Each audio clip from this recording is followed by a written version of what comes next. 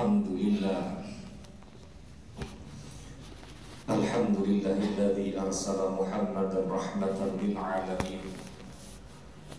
Fabidzalika amarna an nafraha wa nashkura bi wujudi sayyidil mursalin. Asyhadu an la ilaha illallah wahidul qahhar al-karimul ghaffar. Wa asyhadu anna Muhammadan abduhu wa rasuluhu wa habibuhu wa khaliluhu afdalul makhluqin.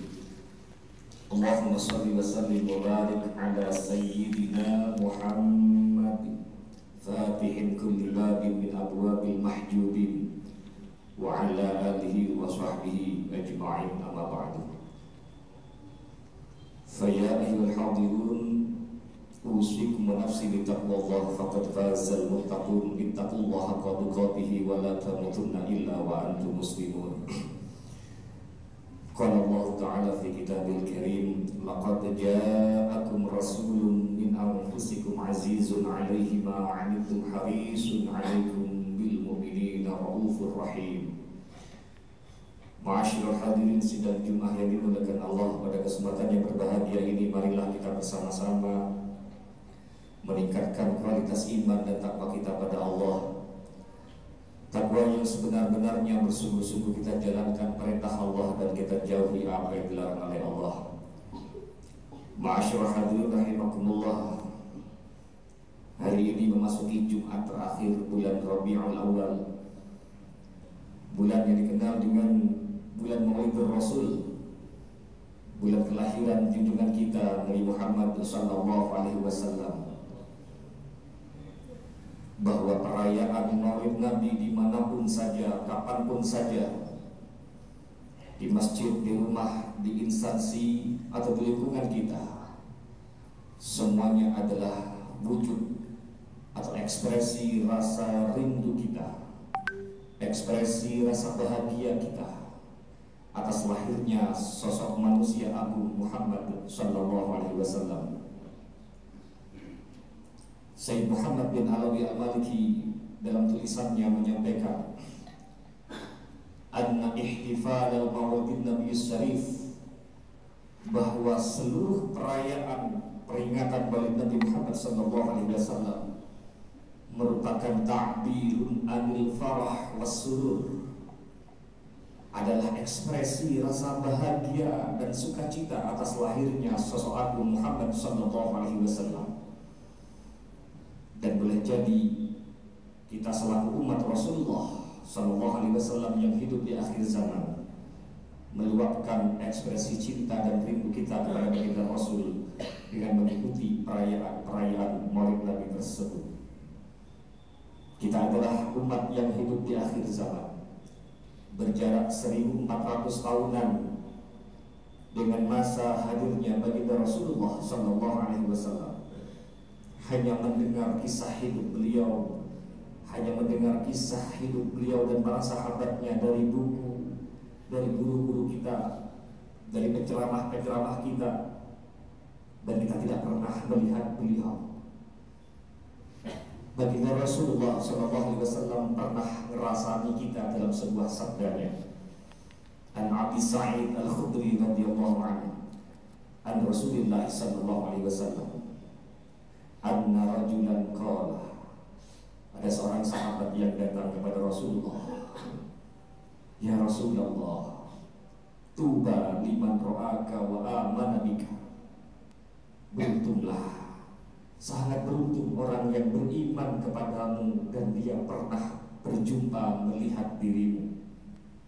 Kemudian Rasulullah menjawab, qala tuba liman ra'ani wa amana bi, iya, memang beruntung orang yang beriman kepadaku dan dia pernah melihat atau bertemu denganku. Summa tuba, summa tuba, summa tuba liman amana bi wa lam yara. Tapi lebih beruntung lagi, lebih beruntung lagi, dan lebih beruntung lagi orang yang beriman kepadaku padahal ia tidak pernah melihatku. Hadis riwayat Ahmad. Maka kita yang mungkin tidak pernah merasakan nikmatnya sholat berjamaah bersama Rasulullah sebagaimana sahabat, tapi masih mau dan semangat melakukan sholat jamaah di masjid, masih mau berkumpul di majelis-majelis ilmu, majelis sholawat, masih mau membantu saudara-saudara kita yang du'afa, yang butuh uluran tangan, yang masih mau berbagi sedekah, termasuk dengan anak yatim, dan peduli terhadap kebutuhan pendidikan ataupun sarana masjid dan sebagainya, maka bersyukurlah kita. Bersyukurlah karena kita beruntung menjadi umat yang beruntung yang pernah disinggung oleh Rasulullah dalam sabdanya tersebut. Dalam hadis yang lain yang bersumber dari Anas bin Malik diceritakan bahwa Rasulullah Shallallahu Alaihi Wasallam suatu ketika bersama dengan para sahabatnya, tiba-tiba mata beliau terlihat berkaca-kaca hendak meneteskan air mata. Sahabat Abu Bakar yang duduk di sebelahnya memberanikan diri bertanya, ada apa gerangan ya Rasulullah? Kenapa engkau hendak menangis? Rasulullah menjawab, aku rindu kepada ikhwani, kepada saudara-saudaraku. Kemudian beliau mengucapkan, melanjutkan ucapannya, ya Abu Bakr, laita anni laqitu ikhwani, laita anni laqitu ikhwani, fa inni uhibbuhum. Wahai Abu Bakar, seandainya saja aku bertemu dengan saudara-saudaraku, seandainya aku bisa bertemu dengan saudara-saudaraku, aku rindu mereka, aku cinta mereka. Kemudian Abu Bakar menjawab, ya Rasulullah, nahnu ikhwanuk. Ya Rasul, bukankah kami ini adalah saudara-saudaramu? Kemudian Rasulullah menjawab, antum ashabi, kalian semua adalah sahabat-sahabatku. Ikhwani alladzina lam yarawni wa saddaquni wa uhibbini wa ahabbuni. Saudara-saudara yang aku rindukan itu adalah mereka yang tidak pernah bertemu denganku, tidak pernah melihatku, tetapi mereka meyakini, mengimani aku, dan mereka mencintai, merindukan diriku. Maka lihatlah ma'asyiral hadirin betapa rindunya Rasulullah SAW kepada kita. Padahal kita tidak pernah bertemu dengan beliau. Betapa rindunya Rasulullah kepada kita umatnya, tidak hanya saat beliau saat itu sedang segar bugar, masih sehat, bahkan saat beliau mengalami sakaratul maut, mengalami nazak pun beliau masih sempat menanyakan nasib kita. Beliau tidak menanyakan bagaimana nasib keluarganya, nasib istri dan anak-anaknya. Dan beliau menyebut nama kita 3 kali di hembusan terakhir nafasnya. Ummati, ummati, ummati. Lantas bagaimana dengan kita?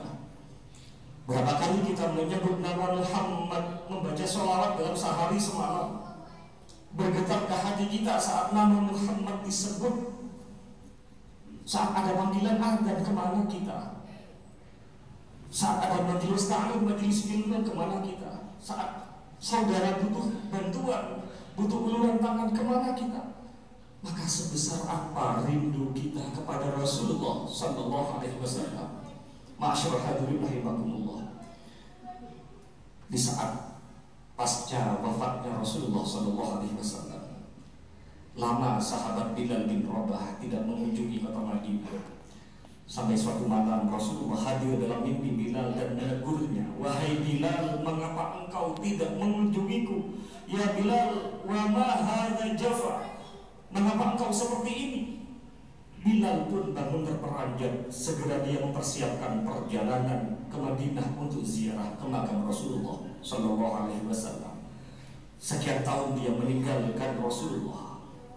Setiba di Madinah, di depan makam Rasul yang mulia ini, sahabat Bilal menangis berseru-seru, menangis melepas rindunya kepada Rasulullah, pada sang kekasih.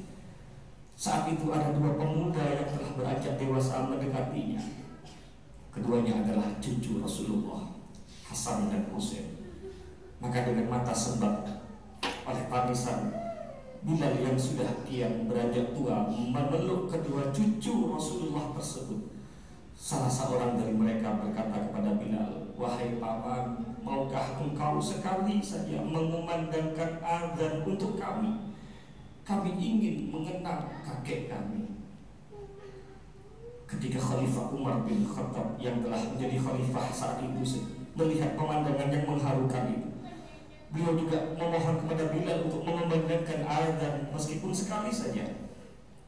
Bilal pun memenuhi permintaan kedua cucu Rasulullah dalam rangka mengenang Rasulullah. Maka pada saat waktu sholat tiba, Bilal naik ke tempat dahulu biasa dia azan pada masa Rasulullah masih hidup. Mulailah dia mengumandangkan azan. Saat lafaz Allahu Akbar dikumandangkan olehnya, mendadak seluruh Madinah senyap. Segala aktivitas terhenti, semuanya terkejut. Suara yang telah bertahun-tahun hilang, suara yang mengingatkan pada sosok agung, suara yang begitu dirindukan itu telah kembali.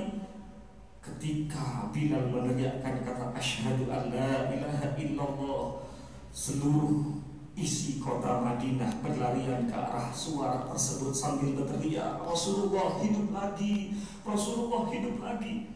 Sebab dahulu setiap ada suara itu pasti ada Rasulullah SAW di masjid. Mereka berlarian ke masjid karena rindunya yang membara, ingin bertemu, ingin berjumpa dengan Rasul yang telah sekian lama hilang dari pandangan mereka. Begitu suara adzan Bilal terdengar kembali, banyak yang tidak sadar bahwa Rasulullah telah wafat. Saat Bilal sampai di kalimat asyhadu anna Muhammadar, Madinah pun pecah oleh tangisan dan ratapan yang sangat memilukan. Semuanya menangis teringat masa-masa indah bersama Rasulullah. Umar bin Khattab yang paling keras tangisannya. Bahkan Bilal sendiri pun tak sanggup meneruskan azannya. Lidahnya tercekat oleh air mata yang berderai.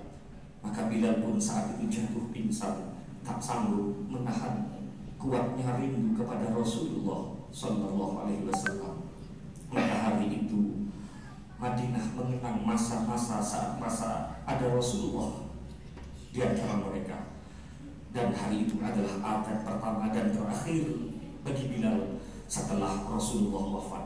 Adzan yang tidak bisa terselesaikan karena isakan tangis rindu kepada Rasulullah Sallallahu Alaihi Wasallam. Ya Allah, meski rindu kami tak sama dengan rindunya Rasulullah kepada kami, meski rindu kami tidak sama dengan rindunya sahabat, maka saksikanlah betapa dalamnya kerinduan kami kepada Rasul-Mu, sosok yang kami tidak pernah menjumpainya tetapi selalu ada dalam hati kami, sosok yang kelak kami nantikan syafaatnya di hari kiamat atas izin dan ridho. Barakallahu li wa lakum fil Qur'anil azim wa nafa'ani wa iyyakum bima fihi minal ayati wa dzikril hakim innahu as-sami'ul 'alim wa rabbil fir warham wa anta khairur rahim.